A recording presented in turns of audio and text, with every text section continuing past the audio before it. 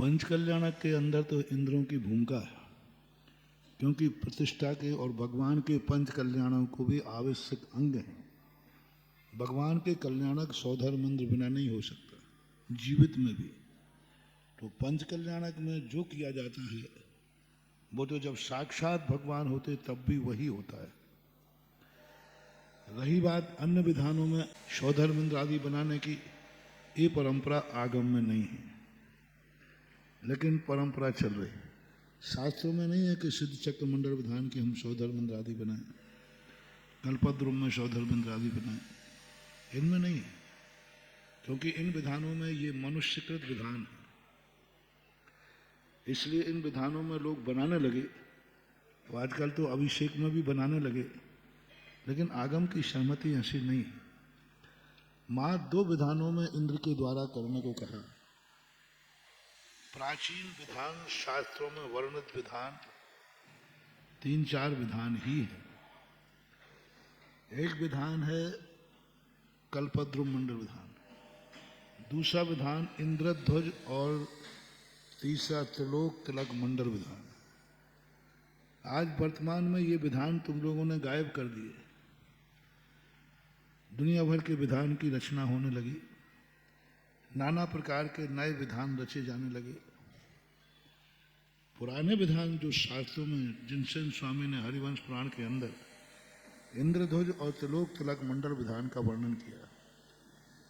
आज ये नाम इंद्रध्वज मंडल, अभी चर्चा चल रही थी कि सागर के अंदर कौन सा विधान होने वाला, तो मैंने कौन कौन से हो गए, तो दुनिया भर के नाम लिए। इंद्रध्वज मंडल विधान बोले 2500 साल पहले हुआ था। त्रिलोक तिलक मंडल विधान बोले आज तक सागर में कभी हुआ ही नहीं। और त्रिलोक तिलक मंडल विधान जो होता है वो इंद्रों के द्वारा ही किया जाता है। उसमें इंद्रों की स्थापना चाहिए, अकृत्रिम चैत्यालयों की वंदना होती है। हम बहुत साल पहले 91-92 में अशोक नगर में त्रिलोक तिलक मंडल विधान हुआ था। बहुत भारी प्रभावना होती, बहुत भारी मारना बना था। अब उन विधानों को लोग भूलते जा रहे हैं, तो हमने कहा जो आज तक विधान नहीं हुआ हो और आगम में उसका नाम आया हो वही विधान करो। तो इस बार सागर में जो 10 लाख संपर्व के बाद दशहरा के लगभग जो विधान होने वाला है वो सागर के इतिहास में पहली बार विधान होगा, जिसका नाम होगा त्रिलोक तिलक महामंडल विधान। अभी तक नहीं हुआ इसको। सब बुजुर्गों से पूछा, बोले हमारी जिंदगी में तो कभी सुना ही नहीं, और शास्त्रों में इसका वर्णन आता है। तो ऐसे जो विधान होते हैं ये अपने आप में इंद्रों की कल्पना इनमें की जाती, क्योंकि किए उनके द्वारा जाते हैं। उनकी कल्पना इसलिए की जाती है कि जैसे सौधर्म इंद्र आदि आज अकृत्रिम चैत्यालयों की वंदना कर रहे हैं, हमें भी वो अवसर प्राप्त हो कि 3 लोक में स्थित अकृत्रिम चैत्यालयों की वंदना मैं कर सकूं। उसमें नंदीश्वर दीप वगैरह सब आते हैं, सारे वर्णन आएंगे।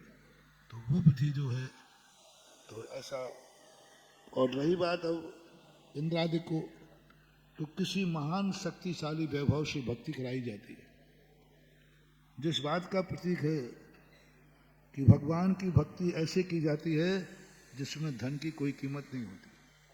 कुबेर से सोने का सम्मोषण बनाया गया, क्यों? ये बताने के लिए कि भगवान के लिए यदि सोने का भी सम्मोषण बनाओ तो भी कम है।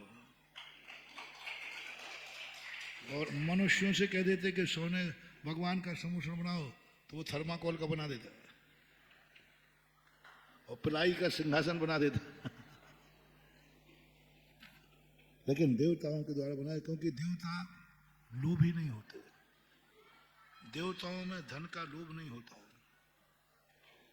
वो कभी भी लोभ की दिशा नहीं आती। जिनको जो कार्य करना है पूरी ताकत से करते हैं। स्त्रोतों में देखो सबसे पहले देवताओं से नमस्कार कराया, भक्तामर प्रणत मौल मणि, भक्त अमर, यानी भगवान का भक्त पहले देवताओं को बनाया। तो लोगों की एक मनोविज्ञान होता है, जब अवधिज्ञानी साक्षात सम्मोषण में जाने वाले सौधर्मेंद्र भी जब नमस्कार कर रहा है तो फिर हम लोगों को इस पर संदेह नहीं करना चाहिए, हम लोगों को भी ये भक्ति करना चाहिए। तो ये तुम्हारी जो हीन भावनाओं को समाप्त करके, संदेह भावना को समाप्त करके सौधर्मेंद्र आदि को बीच में लाया जाता है।